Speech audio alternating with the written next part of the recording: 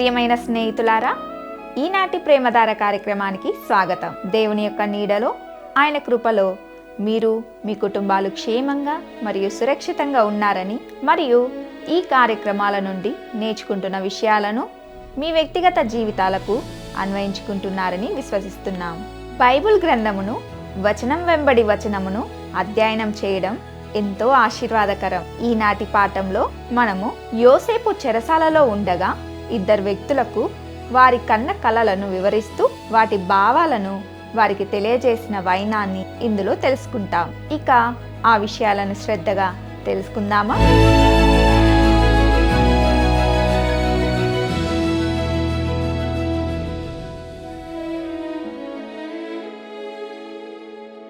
ప్రియులారా, ముందుగా ఈ పాఠంలో మనము ఆదికాండము 40వ అధ్యాయాన్ని ధ్యానించుకుందాం.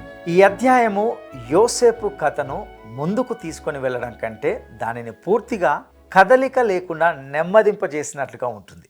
మనం యోసేపును చెరసాలలో చూస్తాం, మరియు అతడు ఫరో పానదాయకుని కృతజ్ఞత లేమి వలన ఆలస్యం చేయబడి చెరసాలకే పరిమితం చేయబడ్డాడు. దీని అర్థం ఏమిటని మనం చాలా అడగవచ్చు. ఇవన్నీ యోసేపు జీవితంలో దేవుని యొక్క ప్రణాళిక మరియు దేవుని ఉద్దేశాన్ని నెరవేరుస్తున్నాయని నేను మీకు చెప్పాలని అనుకుంటున్నాను.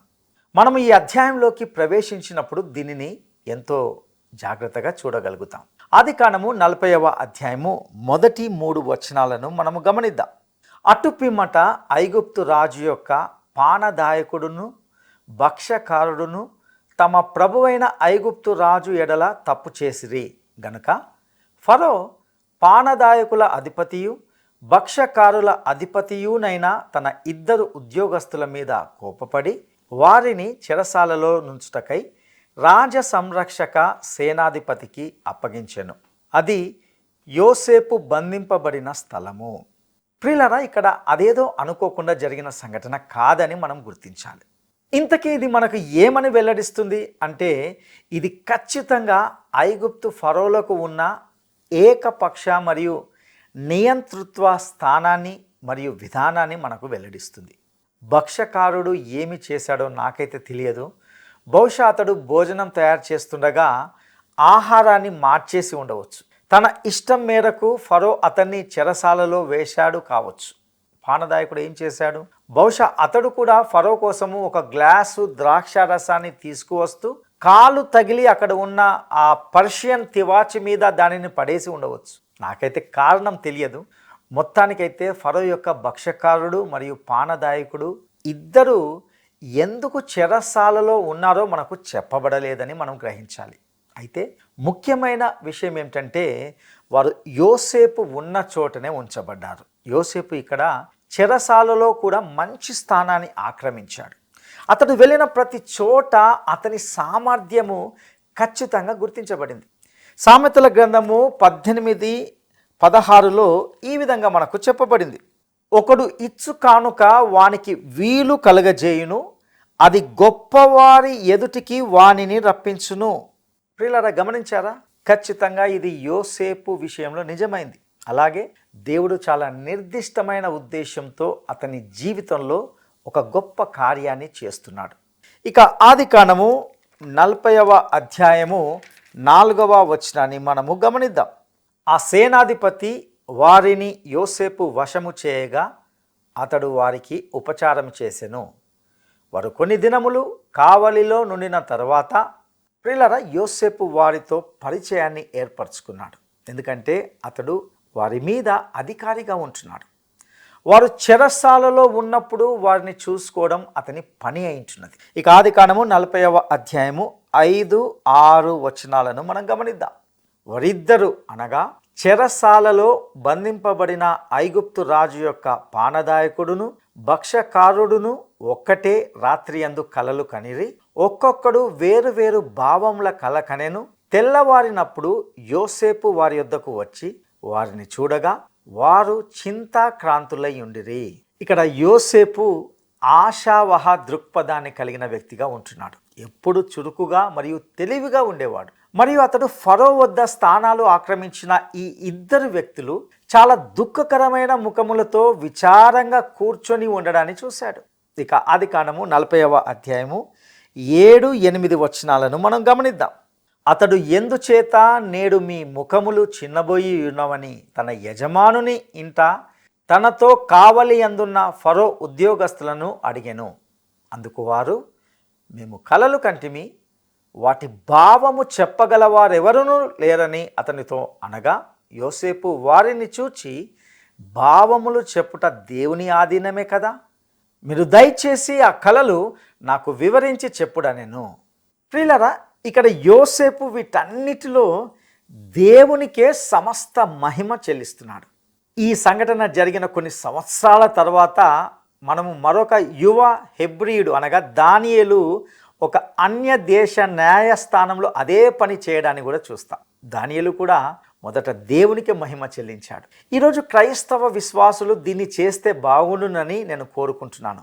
మీరు లేదా నేను ప్రభువు కోసం ఏది చేసినా దేవుడు స్తుతింపబడే విధంగా చేయాలి, దేవునికి మహిమ చెందేలాగా చూసుకోవాలి. మనలో చాలామంది ప్రభువు ఆశీర్వదించాలనుకున్నంతగా ఆశీర్వదించబడకపోవడానికి ఒక కారణము, మనకు ఏదైనా అద్భుతమైనది లభించినప్పుడు దానిని మనము లభించిన హక్కుగా తీసుకొని దానికి దేవునికి మహిమ ఇవ్వకపోవడమేనని నేను దృఢంగా నమ్ముతున్నాను.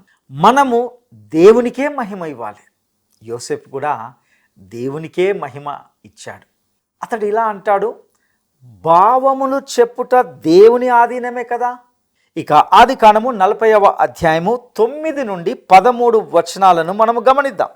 అప్పుడు పానదాయకుల అధిపతి యోసేపును చూచి, నా కలలో ఒక ద్రాక్షవల్లి నా ఎదుట ఉండెను, ఆ ద్రాక్షవల్లికి 3 తీగలుండెను, అది చిగురించినట్టు ఉండెను, దాని పువ్వులు వికసించెను, దాని గెలలు పండి ద్రాక్ష ఫలములాయెను, మరియు ఫరో గిన్నె నా చేతిలో ఉండెను, ఆ ద్రాక్ష ఫలములు నేను పట్టుకొని ఫరో గిన్నెలో వాటిని పిండి ఆ గిన్నె ఫరో చేతికిచ్చితినని తన కలను అతనితో వివరించి చెప్పాను.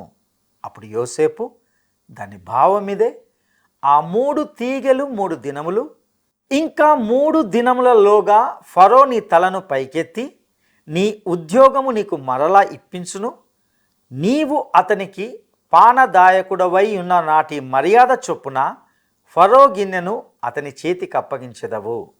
ప్రియులారా, పాత నిబంధనలో దేవుడు కలలను ఉపయోగించాడనేది ఆసక్తికరమైన విషయం. ఎందుకంటే నూతన నిబంధనలో దేవుడు ఆ విధంగా నడవడం మనం కనుగొనము. ఎందుకంటే అప్పటికి లేఖనాల ప్రమాణము పూర్తయింది. నేడు మనకు కలల అవసరం లేదు, కానీ ఆ రోజుల్లో దేవుడు కలల ద్వారా మాట్లాడాడు మరియు ఆయన వారికి అర్థవంతమైన చిహ్నాలను ఉపయోగించాడు. పానదాయకుడుగా అతడు ఫరో కోసం చేసే పని కాబట్టి ద్రాక్ష రసాన్ని అందించడం గురించి అర్థం చేసుకుంటాడు. తర్వాత మనము రాజైన నెబుకద్నెజరు ఒక విగ్రహం గురించి కలలు కనడాన్ని చూస్తాం. అతడు ఖచ్చితంగా విగ్రహాలతో మరియు అన్య దేవతలతో పరిచయం కలిగి ఉన్నాడు కాబట్టి అది అతడు బాగా అర్థం చేసుకోగలిగే విషయంగా ఉంటున్నది. యోసేపు కలకు అర్థం చెప్పగలిగాడు మరియు పానదాయకుడు 3 దినాలలో తిరిగి నియమించబడతాడని రూఢిగా చెప్పాడు. ఇక ఆదికాండము 40వ అధ్యాయము 14వ వచనాన్ని మనము గమనిద్దాం.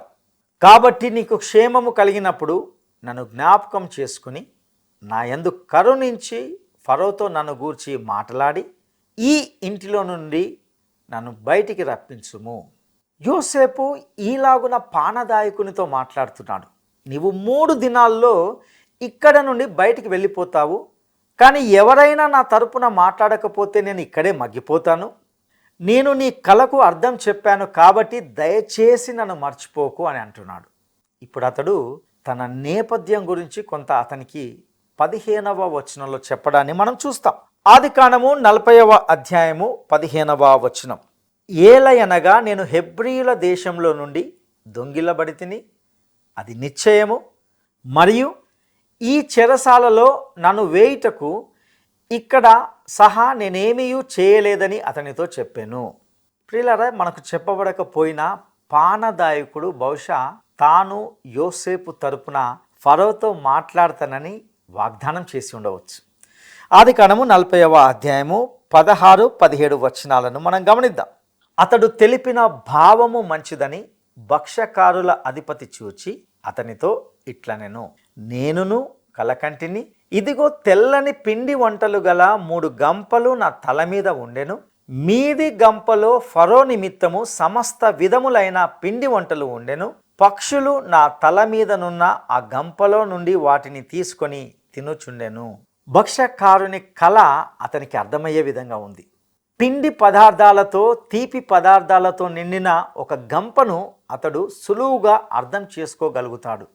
ఇక ఆదికాండము 40వ అధ్యాయము 18, 19 వచనాలను మనం గమనిద్దాం. అందుకు యోసేపు, దాని భావమిదే, ఆ 3 గంపలు 3 దినములు, ఇంకా 3 దినములలోగా ఫరో నీ మీద నుండి నీ తలను పైకెత్తి మ్రాను మీద నిన్ను వ్రేలాడదీయించును. అప్పుడు పక్షులు నీ మీద నుండి నీ మాంసమును తినివేయునని ఉత్తరమిచ్చెను. యోసేపు అతని కలకు అర్థం చెప్పాడు, కానీ అది అతనికి మంచిది కాదని హెచ్చరించాడు. 3 దినాలలో అతడు బయటికి తీసుకెళ్లబడి ఉరితీయబడతాడు మరియు పక్షులు అతని మాంసాన్ని తింటాయి. ఇక కలల నెరవేర్పును మనం చూద్దాం. ఆదికాండము 40వ అధ్యాయము 20వ వచనం నుండి 23వ వచనం వరకు మనం గమనిద్దాం. 3వ దినమందు జరిగినదేమనగా, ఆ దినము ఫరో జన్మదినము గనుక అతడు తన సేవకులందరికీ విందు చేయించి వారి నడుమ పానదాయకుల అధిపతి తలను భక్ష్యకారుల అధిపతి తలను పైకెత్తి, పానదాయకుల అధిపతి ఉద్యోగము మరలా అతనికిచ్చెను గనుక అతడు ఫరో చేతికి గిన్నెనిచ్చెను. మరియు యోసేపు వారికి తెలిపిన భావము చొప్పున భక్ష్యకారుల అధిపతిని వ్రేలాడదీయించెను. అయితే పానదాయకుల అధిపతి యోసేపును జ్ఞాపకం చేసుకొనక అతని మర్చిపోయాను. పాపం యోసేపుది ఎంతో దీనమైన స్థితి. ఇప్పుడు అది నిరీక్షణ లేని స్థితిలా కనిపిస్తుంది. ఇక్కడ అతడు బానిస మాత్రమే కాదు, తప్పుడు నేరం మోపబడిన వ్యక్తి. దయచేసి నా యొక్క మాటల్ని నమ్మండి. అతడు ఏదైనా నేరములో దోషిగా తేలితే కూడా అవే జైలు ఊచలు లెక్కబెట్టాల్సింది. పాపం ఈ యవనస్తుడు ఈ దీన స్థితిలో ఉంటున్నాడు. మరియు అతన్ని మర్చిపోవడంలో పోతీఫరు ఉద్దేశం ఇదే. తన సొంత ఇంట్లో జరిగిన భార్య తప్పిదాన్ని కప్పిపుచ్చడానికి ఇది అతను ఎంచుకున్న మార్గం. అందుకు యోసేపు మూల్యం చెల్లించాల్సి వచ్చింది. ఇక చివరకు పానదాయకుడు ఫరో దృష్టికి తనను తీసుకువెళ్తాడనేది యోసేపుకు ఉన్నటువంటి ఏకైక ఆశా కిరణం. ఇది ఫరో చెవిలో పడడానికి ఎంతో అద్భుతమైన మార్గంగా అనిపించింది. అయితే పానదాయకుడు తిరిగి తన ఉద్యోగంలో చేరి మళ్ళీ ఫరో కనుసన్నల్లో ఉండడంతో ఎంతో ఉల్లసించిపోయి దీనుడైన యోసేపు గురించి పూర్తిగా మర్చిపోయాడు. వాస్తవానికి దేవుడు అతన్ని ఒక ఉద్దేశం కోసము అక్కడే వదిలివేయాలని కోరుకుంటాడు. ఒకవేళ పానదాయకుడు ఫరోతో అక్కడ చెరసాల్లో ఒక ఖైదీ ఉన్నాడు, అతడు నిర్దోషి, అతడు అక్కడ ఉండకూడదు, అతనిపై తప్పుడు నేరం మోపబడింది మరియు అతడు నా కలకు అర్థం చెప్పాడు, అతన్ని విడుదల చేస్తే ఫరో నేను ఖచ్చితంగా కృతజ్ఞుణ్ణి అవుతాను అని అన్నాడు అనుకోండి. ఫరో అతన్ని విడుదల చేసి ఉంటే ఏమి జరిగి ఉండేదో మీకు తెలుసా? ఫరో కలకు అర్థం చెప్పడానికి అవసరమైన సమయంలో అతడు కనాను దేశంలో తన ఇంటిలో ఉండేవాడు. దేవుడు అతన్ని దగ్గరగా ఉంచాలని కోరుకుంటాడు మరియు అతన్ని ఉంచడానికి చెరసాల ఒక అనుకూల స్థలంగా ఉండింది.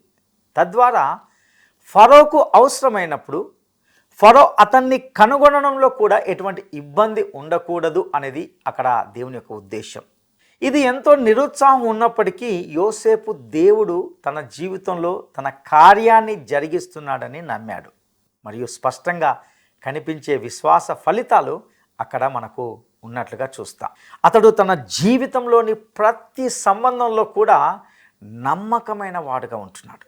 అతడు పోతీఫరుకు నమ్మకమైన వాడు, చెరసాలలో అతడు చెరసాల అధికారికి నమ్మకమైన వాడు, అతడు దేవునికి నమ్మకమైన వాడు, ఎల్లప్పుడూ ఆయనకే మహిమ ఇస్తుండేవాడు. తర్వాత అతడు ఫరోకు నమ్మకమైన వాడు అవుతాడని మరియు అతడు తన స్వంత సహోదరులకు కూడా నమ్మకమైన వాడు అవుతాడని మనము ముందు చూస్తాం. ఇక మీరు చూసినట్లయితే యోసేపు యొక్క విశ్వాసము అతన్ని నమ్మకమైన వానిగా చేసింది. నా ప్రియ స్నేహితుడా, నీవు నిజంగా విశ్వాసివి అయితే నీవు నమ్మకమైన వాడవు అవుతావని నేను నమ్ముతున్నాను.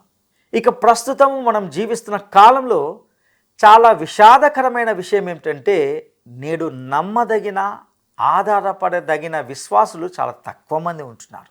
ఒకానొక వ్యక్తి పెద్ద క్రైస్తవ సంస్థకు అధిపతి. తనకు ఉన్న కొన్ని సమస్యలను గురించి చెబుతూ ఇలా అన్నాడు, నేను ఒక పెద్ద సంస్థలో ఉన్నాను, అయితే తన సంస్థలో నిజంగా నమ్మదగిన మనుషులు చాలా తక్కువ మంది ఉన్నారు అని చెప్పి బాధపడ్డాడు. ప్రియులారా, గమనించారా? నమ్మకంగా ఉన్న మనుషులను మనము చాలా తక్కువ మందిని చూస్తాం.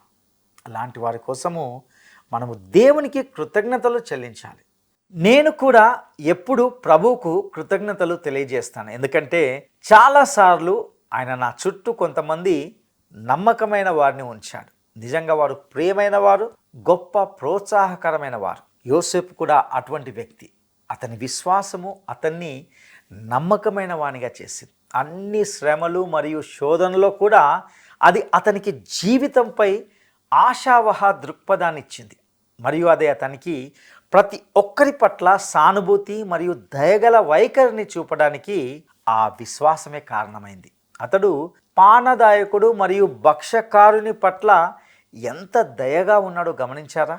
తరువాత తన సహోదరుల పట్ల చూపిన కనికరాన్ని కూడా మనం చూస్తాం. అతని విశ్వాసము అతని కోసం చేసిన మరొక విషయం ఏమిటంటే అది అతన్ని చాలా దీనునిగా చేసింది. అతడు తన సమస్త విజయాలకు దేవునికే మహిమ చెల్లించాడు. అతడు నిజంగా ఎంతో అద్భుతమైన వ్యక్తి. దానికి ఒకే ఒక కారణము ఏమిటంటే అతడు దేవుణ్ణి విశ్వసించాడు. అతని పితరుడైన అబ్రహాము ఆయనను నమ్మినట్లే అతడు కూడా దేవుణ్ణి నమ్మాడు. మరియు ఈ విశ్వాసము అతని జీవితంలో కలగజేసినటువంటి గొప్ప ఫలము ఇదే అని మనము గ్రహించాలి. ప్రియులారా, ఇక్కడ యోసేపు చెరసాలలో మరచిపోబడ్డాడు. కానీ ఒకరు అతన్ని మర్చిపోలేదు. ఎవరంటే దేవుడే. దేవుడు అతన్ని మర్చిపోలేదు. ఆయన అతని జీవితంలో పనిచేస్తున్నాడు. ప్రియ స్నేహితుడా, ఇది నీకు మరియు నాకు ఒక సందేశాన్ని ఇస్తున్నది. ప్రస్తుతము నీ పరిస్థితులు ఏమిటో నాకు తెలియదు, కానీ మాకు వచ్చే అనేకమైన స్పందనల నుండి గ్రహించేది ఏమిటంటే చాలామంది ప్రజలు కఠినమైన స్థితిలో ఉంటున్నారు. ఒక వ్యక్తి తన పరిస్థితిని ఇలా తెలియజేశాడు, నేను ఒక పెద్ద బండకు మరియు కఠినమైన పరిస్థితులకు మధ్య కొట్టుమిట్టాడుతూ ఉన్నాను, విషయాలు చాలా చీకటిగా ఉన్నాయి అని అన్నాడు. బహుశా నీకు బయటకు వెళ్ళే దారి కనిపించడం లేకపోవచ్చు. దేవుడు పట్టించుకున్నాడో లేదో అని నువ్వు ఆశ్చర్యపోతూ ఉండవచ్చు. అందుకే దేవుడు యోసేపు యొక్క ఈ కథను నీ ముందుంచాడు. ఆయన పట్టించుకుంటాడని మరియు ఆయన నీ జీవితంలో ఉన్నాడని నీకు తెలియజేయాలని ఆయన కోరుకుంటున్నాడు. నీవు ఆయన కుమారుడవైతే కుమార్తెవైతే నీ మేలు కొరకే ఇటువంటి సంఘటనలు జరగడానికి ఆయన అనుమతిస్తున్నాడు. ఆయన శిక్షలు ఎల్లప్పుడూ మన మంచి కోసమే. ప్రియ స్నేహితుడా, మన దేవుడు ఎంతో అద్భుతమైన వాడు. ఇక మనము 41వ అధ్యాయంలోకి వస్తున్నాం. ఈ అధ్యాయానికి మనము యోసేపును జైలులో వదిలి మర్చిపోయి నిరాశకు గురై విడిచిపెట్టిన మునుపటి అధ్యాయానికి ఎంతో తేడా ఉంది. ఇవన్నీ అతని జీవితంలో దేవుని యొక్క ఉద్దేశాల నెరవేర్పు కోసం జరుగుతున్నాయి. ఈరోజు మన జీవితాల్లో దేవుని యొక్క హస్తాన్ని మనము గుర్తించగలిగితే అది మనకు జీవితంపై మరొక దృక్పథాన్ని ఇస్తుంది. మన ముందున్న ఈ అధ్యాయంలో యోసేపు ఫరో యొక్క కలలకు అర్థం చెప్పినప్పుడు అతడు చెరసాల నుండి విడుదల చేయబడతాడని మనం చూస్తాం. అతడు ఐగుప్తు దేశానికి అంతటికీ అధికారిగా నియమించబడ్డాడు. మరియు అతడు ఓను పట్టణపు యాజకుని కుమార్తె అయిన ఆసెనతును వివాహం చేసుకుంటాడు. ఆమె అతనికి మనష్షే మరియు ఎఫ్రాయిమును కనడం వంటి అంశాలను చూస్తాం. ఇది దారిద్ర్యత నుండి ధనవంతుడిగా మార్చబడిన కథ. యోసేపు జీవితంలోని ఈ సంఘటన కంటే మించిన ఉత్తేజకరమైన కథ నాకు తెలియదు. ఈ అధ్యాయంలో మనము అతని జీవితంలో దేవుని యొక్క అద్భుతమైన హస్తాన్ని ఖచ్చితంగా చూస్తాం. మరియు యోసేపు కష్టతరమైన దినాల్లో కూడా దేవుని యొక్క సంరక్షణ గురించి తెలుసుకున్నాడు. ఇది అతనిలో ఆత్మ ఫలములోని అనేక సద్గుణాలను అభివృద్ధి చేసింది. వాటిలో ఒకటి ఓర్పు. శ్రమ అనేది ఓర్పును కలిగిస్తుందని రోమా పత్రిక 5వ అధ్యాయము 3వ వచనంలో వ్యక్తీకరించబడిన సత్యాన్ని ఖచ్చితంగా యోసేపు జీవితంలో ఉదహరించబడినట్లుగా చూస్తాం. ఇక తర్వాత రోజుల్లో దానియేలు నెబుకద్నెజరు ముందుకు తీసుకురాబడినట్లే ఈ యవనస్తుడు కూడా ఇప్పుడు అన్యుడైన ఫరో రాజు సమక్షంలోకి తీసుకురాబడడాన్ని మనం ఇక్కడ కనుగొంటాం. వారిద్దరూ కూడా కలలకు అర్థం చెప్పడానికి ఉద్దేశించబడ్డారు. ఇక తర్వాత మనము అధ్యాయం చివరిలో ఒక కరువును పరిశీలిస్తాం. ఇంతకీ దీని ద్వారా దేవుని ఏ ఉద్దేశము నెరవేరబోతుంది?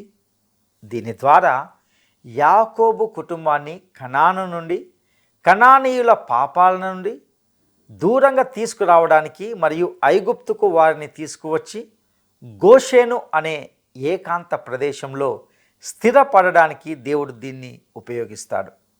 ఇది ఆయన లక్ష్యాల్లో ఒకటి.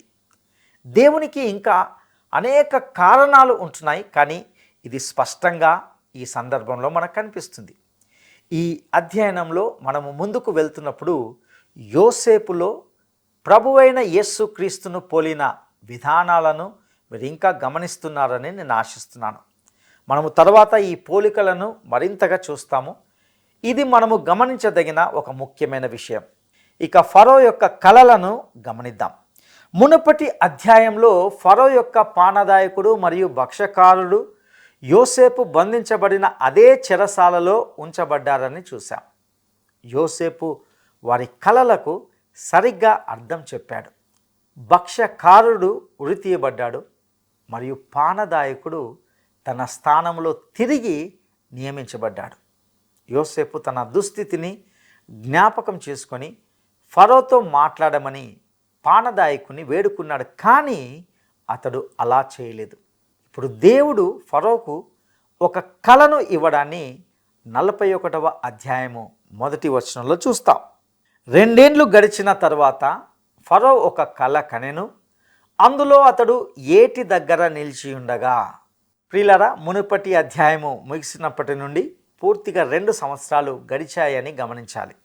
యోసేపు ఏదో జరుగుతుందని ఎదురు చూస్తూ ఆ జైలులోనే మరో 2 సంవత్సరాలు గడిపాడు. ఇక్కడ ఫరో యొక్క కలను 2-3 వచనాలు మనం గమనిద్దాం. చూపునకు అందమైనవియు బలిసినవియునైన 7 ఆవులు ఏటిలో నుండి పైకి వచ్చుచు జమ్ములో మేయుచుండెను. వాటి తరువాత చూపునకు వికారమై చిక్కిపోయిన మరి 7 ఆవులు ఏటిలో నుండి పైకి వచ్చుచు ఏటి ఒడ్డున ఆ ఆవుల దగ్గర నిల్చుండెను. ప్రియులారా, మనం ఇక్కడ ఆవుల గురించి మాట్లాడుతున్నాం. ఫరో బాగా పోషింపబడిన అందమైన లావెక్కిన 7 ఆవులను చూశాడు. తర్వాత అతడు చాలా సన్నగా ఉన్న 7 ఆవులను చూశాడు. 4వ వచనాన్ని మనం గమనిద్దాం. అప్పుడు చూపునకు వికారమై చిక్కిపోయిన ఆ ఆవులు చూపునకు అందమై బలిసిన ఆవులను తినివేయుచుండెను. అంతలో ఫరో మేలుకొనెను. ఫరో మెలకువ వచ్చి ఆ కళ అర్థమేమిటా అని ఆశ్చర్యపోయాడు. అతనికి అర్థం తెలియదు, కానీ ఆ రోజు అతనికి సహాయం చేయడానికి ఎవ్వరూ దగ్గరలో లేరు. ఇక ఆదికాండము 41వ అధ్యాయము 5 నుండి 8 వచనాలను మనం గమనిద్దాం. అతడు నిద్రించి 2వసారి కల కనెను. అందులో మంచి పుష్టిగల 7 వెన్నులు ఒకదంటున పుట్టుచుండెను. మరియు తూర్పు గాలి చేత చెడిపోయిన 7 పీల వెన్నులు వాటి తరువాత మొలిచెను. అప్పుడు నిండైన పుష్టిగల ఆ 7 వెన్నులను ఆ పీల వెన్నులు మింగివేసెను.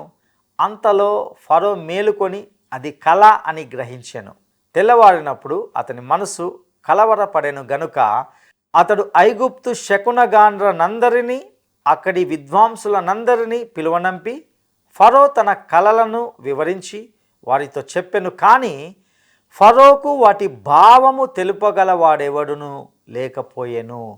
ఈ శకునగాండ్రు మరియు విద్వాంసులందరూ కూడా పిలువబడినప్పుడు ఫరో తన కలను వారికి చెబుతుండగా పానదాయకుడు అక్కడే ఉండి వింటూ ఉన్నాడు. అతని స్థానం కేవలము ఫరో ముందు నిలబడి అతడు కోరుకున్నది అతనికి తీసుకురావడం మాత్రమే. జ్ఞానులెవరు ఫరోకు అర్థం చెప్పలేకపోయినప్పుడు పానదాయకుడు మాత్రము మాట్లాడాడు. ఇప్పుడు 9వ వచనాన్ని గమనిద్దాం. అప్పుడు పానదాయకుల అధిపతి, నేడు నా తప్పిదములను జ్ఞాపకం చేసుకొనుచున్నాను. ప్రియులారా, నేను దానిని తప్పు అనే దానికంటే కొంచెం ఎక్కువే అని పిలుస్తాను. నా అభిప్రాయంలో అది ఒక పాపం. కానీ మీరు చూసినట్లయితే ఇవన్నీ దేవుని సంకల్పంలో జరిగాయి. వాటిని మనము పరిస్థితుల అనుకూలమైనటువంటి కలయిక అని పిలుస్తాం. ఆ సమయంలో యోసేపు ఎదుర్కొన్న కష్టమైన అనుభవాలను అర్థం చేసుకోవడం సాధ్యం కాలేదు. కానీ దేవుడు వాటిని ఒక ఉద్దేశంతో జరగనిచ్చాడు అని గ్రహించాలి.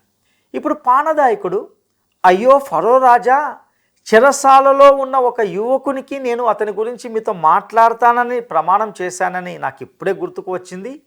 ఫరో రాజా, అతడు నీ కలలకు అర్థం చెప్పగలడు అని చెప్తూ ఇప్పుడు తన స్వంత అనుభవాన్ని ఇక్కడ ఫరోకు చెప్తున్నాడు. ఇక ఆదికాండము 41వ అధ్యాయము 10 నుండి 13 వచనాలను మనం గమనిద్దాం. ఫరో తన దాసుల మీద కోపగించి, నన్నును భక్ష్యకారుల అధిపతిని మా ఉభయులను రాజ సంరక్షక సేనాధిపతి ఇంట కావలిలో ఉంచెను. ఒక రాత్రి నేను అతడు మేమిద్దరము కలలు కంటిమి. ఒక్కొక్కడు వేరువేరు భావములు గల కలలు చెరి ఒకటి కంటిమి. అక్కడ రాజ సంరక్షక సేనాధిపతికి దాసుడై ఉండిన ఒక హెబ్రీ పడుచువాడు మాతో కూడా ఉండెను. అతనితో మా కలలను మేము వివరించి చెప్పినప్పుడు అతడు వాటి భావమును మాకు తెలిపెను. అతడు మాకు ఏ ఏ భావము తెలిపెనో ఆయా భావముల చొప్పున జరిగెను. నా ఉద్యోగము నాకు మరలా ఇప్పించి భక్ష్యకారుని వ్రేలాడదీయించెనని ఫరోతో చెప్పగా. ప్రియులారా, అప్పుడు ఫరో అన్నాడు, సరే, మనం ఇక్కడ మిగతా అందరినీ ప్రయత్నించాము, మరియు ఆ యువకుడు నీ కలకు మరియు భక్ష్యకారుని కలకు అర్థం చెప్పినందున అతన్ని వెంటనే రప్పించండి, ఎందుకంటే నా కలలు చాలా ముఖ్యమైనవి అనే భావన నాకు ఉంది అని అన్నాడు. ప్రియ సహోదరుడా, సహోదరి, యోసేపు జీవితంలో జరిగిస్తున్న అద్భుతమైన కార్యాన్ని మనము గమనిస్తూ వచ్చాం. దేవుని బిడ్డలుగా ఆయన మన జీవితాల్లో కూడా జరిగిస్తున్నాడని మనము గ్రహించాలి. అటు కృప దేవుడు మనకు దయచేయనుగాక. మరిన్ని విషయాలను వచ్చే పాఠంలో తెలుసుకుందాం. దైవాశీస్సులు.